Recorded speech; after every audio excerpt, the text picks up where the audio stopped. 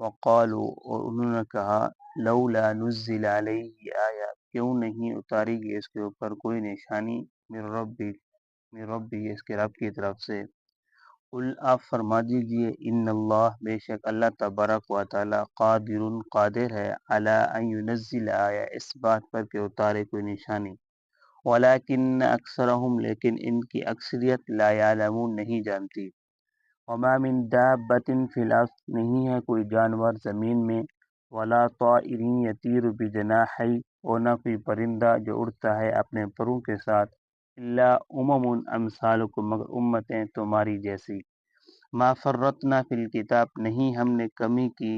کتاب کے اندر، من شیء، کسی چیز کی۔ ثم الی ربہم، پھر ان کے رب کی طرف، یحشرون، وہ جمع کیے جائیں گے۔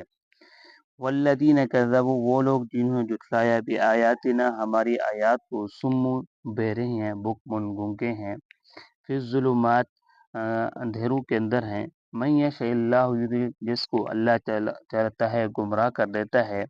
ومن یشاء یجعل، جس کو اللہ تبارک و تعالی چاہتا ہے، علی صراط مستقیم، سیدھے راستے پر لے آتا ہے۔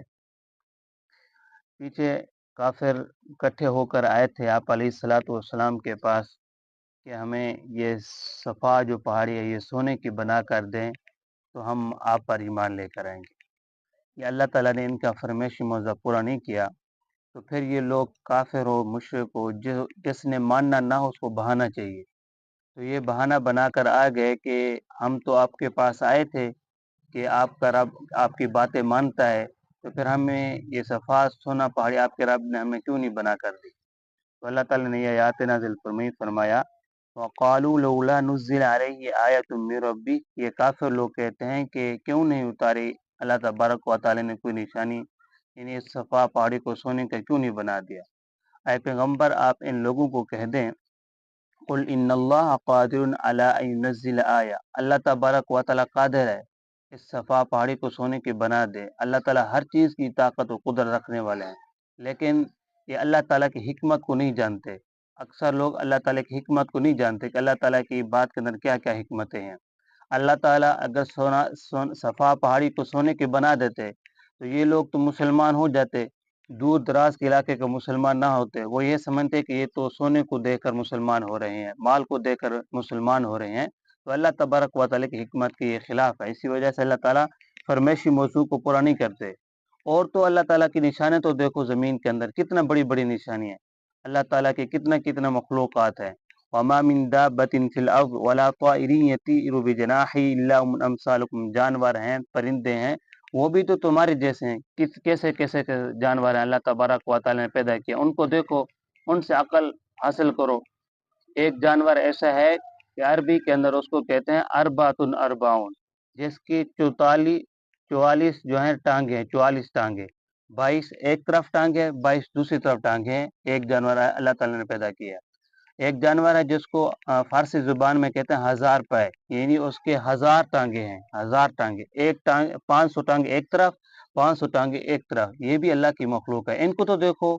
تو دوسرے اللہ تبارک و تعالیٰ نے کتنا خوبصورت پرندے پیدا کیے ہیں، اور کچھ جانور ایسے ہیں جن کی ٹانگیں بھی نہیں ہیں، جیسے سانپ ہو گیا ہے، تو سانپ ٹانگیں نہیں ہیں، دوڑتا کیسے آئیے؟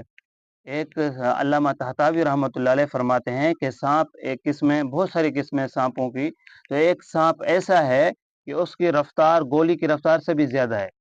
تو یہ بھی تو دیکھو اللہ تبارک و تعالیٰ کی مخلوق ہیں۔ اور پرندے ہیں اور وہ ہوا کے اندر اڑ رہے ہیں، ان کا کون اڑا رہا ہے؟ مختلف قسم کے پرندے ہیں، یہ بھی تمہاری جیسی امتیں ہیں، تم ان کو دیکھو، اللہ تعالیٰ کی نشانیوں کو دیکھو کہ اللہ تبارک و تعالیٰ ان کو بنانے کے اوپر قادر ہے، یہ اللہ تعالیٰ کے حکم سے چل رہے ہیں، تم بھی آ جاؤ اللہ کے حکم کی طرف، تم بھی اللہ کے احکام کو مان لو۔ ما فرطنا فی الکتاب من شیء ثم الی ربہم یحشرون، اللہ تبارک و تعالیٰ نے ہر چیز کو واضح طور کے اوپر، اصولی طور کے اوپر کتاب کے اندر ہر چیز کو بیان کر دیا ہے، حق چیز بھی بیان کر دی ہے، غلط چیز کو بھی بیان کر دیا ہے کہ حق چیز پہ کو چلو گے تو کیا فائدہ ملے گا، غلط بات کو پر چلو گے، گمراہ راستے پر چلو گے تو تمہیں کیا ملے گا، سارا کا سارا اللہ تبارک و تعالیٰ نے واضح طور کے اوپر تمہارے سامنے بیان کر دیا ہے۔ والذین کذبوا بآیاتنا، جو لوگ اللہ تبارک و تعالیٰ کی آیات کو جھٹلاتے ہیں، اللہ تعالیٰ کی نشانیوں کو جھٹلاتے ہیں، سم بہرے ہیں، بکم گونگے ہیں۔ کیا مطلب؟ بہرے ہیں، اس کا مطلب یہ ہے کہ وہ حق بات نہیں سن سکتے، حق بات جب آتی ہے تو پھر انسنی کر دیتے ہیں، ایک کان سے سنتے ہیں دوسرے کان سے نکال دیتے ہیں،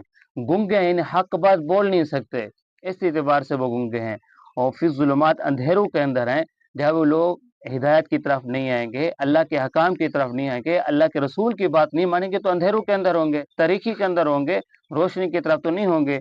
تو اللہ تعالیٰ فرماتے ہیں من یشاء اللہ یضلل، جس کو اللہ تعالیٰ چاہتا ہے گمراہ کر دیتا ہے۔ کیا مطلب؟ اللہ تعالیٰ جس کو چاہتا ہے گمراہ کرتا ہے، مطلب اس کا یہ ہے کہ جو اللہ کے آیات کو جھٹلا دیتا ہے، اللہ کے حکام کو نہیں مانتا، دوسرے راستے کے اوپر چل دیتا ہے، تو اللہ تعالیٰ فرماتے ہیں نولیہ ما تولی، جہاں کی جانا چاہتا ہے میں اس کو وہیں پھیر دیتا ہوں۔ ومن یشاء یجعلہ علی صراط مستقیم، جس کو اللہ تبارک و تعالیٰ چاہتا ہے سیدھے راستے کی طرف